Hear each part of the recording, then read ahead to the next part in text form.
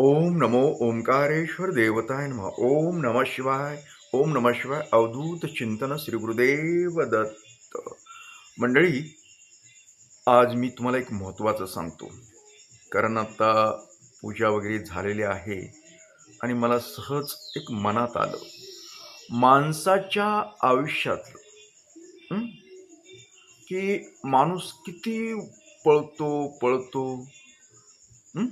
त्याला जर कळलं की अमुक ह्या वर्षामध्ये तुझं मरण आहे, 2 वर्षानं आहे, 4 वर्षानं आहे, 5 वर्षानं आहे, 10 वर्षानं आहे. हं? तर तो काय करू शकेल? हं? जो माणूस समजा असा जर विचार करतो ना, की अमुक एक 10 वर्षात माझं मरण आहे अथवा एक 5 वर्षात, तर त्याच्यामध्ये खूप काही बदल होतात. हं? कारण तो वागणुकीमध्ये चांगल्या प्रकारे वागू शकेल. हं? म्हणजे आपल्या हातून काही काही घडू नये, वाईट कृती करू नये आपण. आपण सगळ्याशी प्रेमाने राहावं. हं? सगळ्यांना प्रेम द्यावं. हं? काही चुकीच्या गोष्टी करू नये. त्याला 100% वाटतं. पण सगळ्यांना नाही बरं का, बऱ्याच माणसांना. म्हणून मला काय वाटतं, की जर आपल्याला काहीतरी बनायचं आहे, जर चांगला माणूस जर बनायचा आहे, तर आपण आपलं मरण थोडंसं पाहायचं, की अंदाज काढायचा. आता सध्या आपलं वय किती आहे? हं? त्या अंदाजाने समजा आपण सर्वसाधारणपणे आता समजा आपल्याला कोणते कोणते आजार आहेत. हं? ते आजार पुढे-पुढे कसे करू शकतील? एक अंदाज काढायचा. आपले मनाला थोडासा विचार करायचा. शांत बसायचं आणि विचार करायचा. एक समजा आपण एक 10 वर्षेच अ, जगणार आहेत. हं. मग 10 वर्षामध्ये आपल्याला आपण चांगलं किती करू शकतो? वाईट किती करू शकतो? हं. मरण जर आपल्याला कळलं ना असं, की एक अंदाज, की आपल्याला की बरोबर माणूस लाईनवर येतो. हं.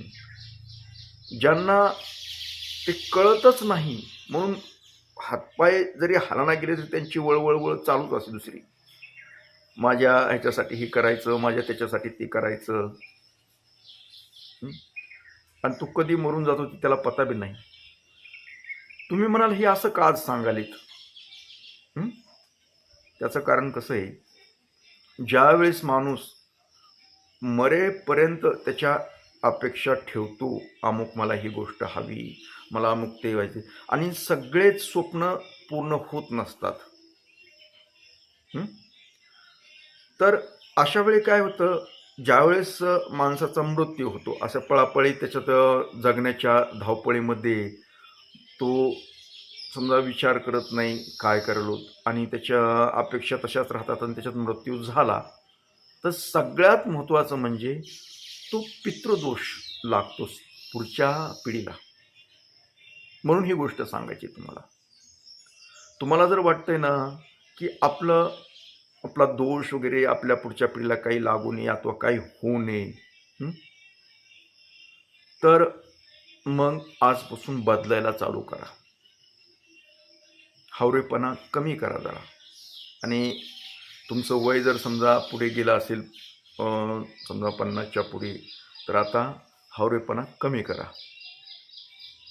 कारण काय आता तुमची गॅरंटीच नसते आणि मग तुमच्या इच्छा काय असतील ते तशाच राहतील आणि तशा राहिल्यानंतर अ, तुमच्या आत्म्याला तृप्ती भेटणार नाही आणि तुमच्या आत्म्याला तृप्ती नाही भेटली, की मग विनाकारण तुम्ही पुढच्या पिढीला त्रास देताल. हं? त्रास द्यायला चालू करताल तुम्ही.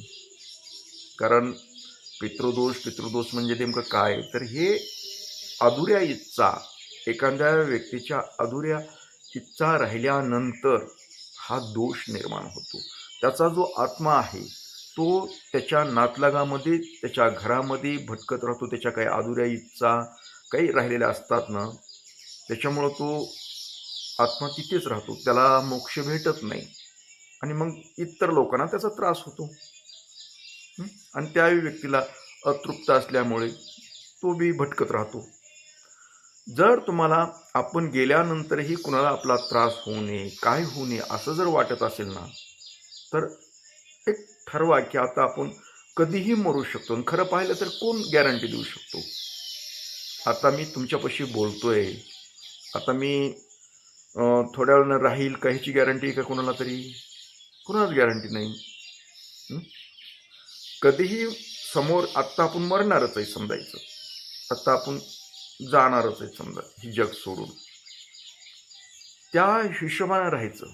म्हणून जर तसं ठरवलं तर काय होतं, एक तर ताण कमी होतो आणि आपल्या वागणुकीमध्ये थोडं बदल होतो. थोडा म्हणजे बऱ्यापैकी बदल होतो आणि आपण जरा देवाचं करायला लागतो. हं? कारण शेवटी काय असतं, आत्तापर्यंत तुम्ही पळालात, सगळं पळालात, प्रपंचासाठी पळालात, सगळ्या गोष्टी पळापळी करीत बसलात. पैसा कमवण्याच्या भानगडीत तुम्ही बऱ्याच गोष्टी केल्यात, नको त्या गोष्टी केल्यात. आता तरी ज्या केलेल्या पापाचं जरा धुणं-पिणं करायचं असेल ना, तरी आता तरी देवाच्या मार्गी लागा. जरा नामस्मरण करा, मंत्रजप करत जा, देवाला थोडंसं तरी भजत जा जरा. हं? पूजा अर्चा करावी. हं? झालं ना आतापर्यंत? मला एक सहज एक आता पूजा करता करता वाटलं, एक माणसं येतात म्हणून सुचतं असं काहीतरी. दुसरं काही विशेष नाही, फक्त तुमचा पुढे दोष कुणाला लागू नये म्हणून एक मनामध्ये आणा की आपण आता कधीही मरू शकतो. आणि खरं तसंच आहे ते. कधीही वरी जाऊ शकतो. त्याच्यामुळं आपल्यामध्ये बदल करणं फार गरजेचं आहे. आणि तो बदल व्हावा याकरता आजचा हा व्हिडिओ आहे. तर मंडळी, ओम नमः शिवाय. जय हिंद, जय भारत. सुखी राहा आणि समाधानी.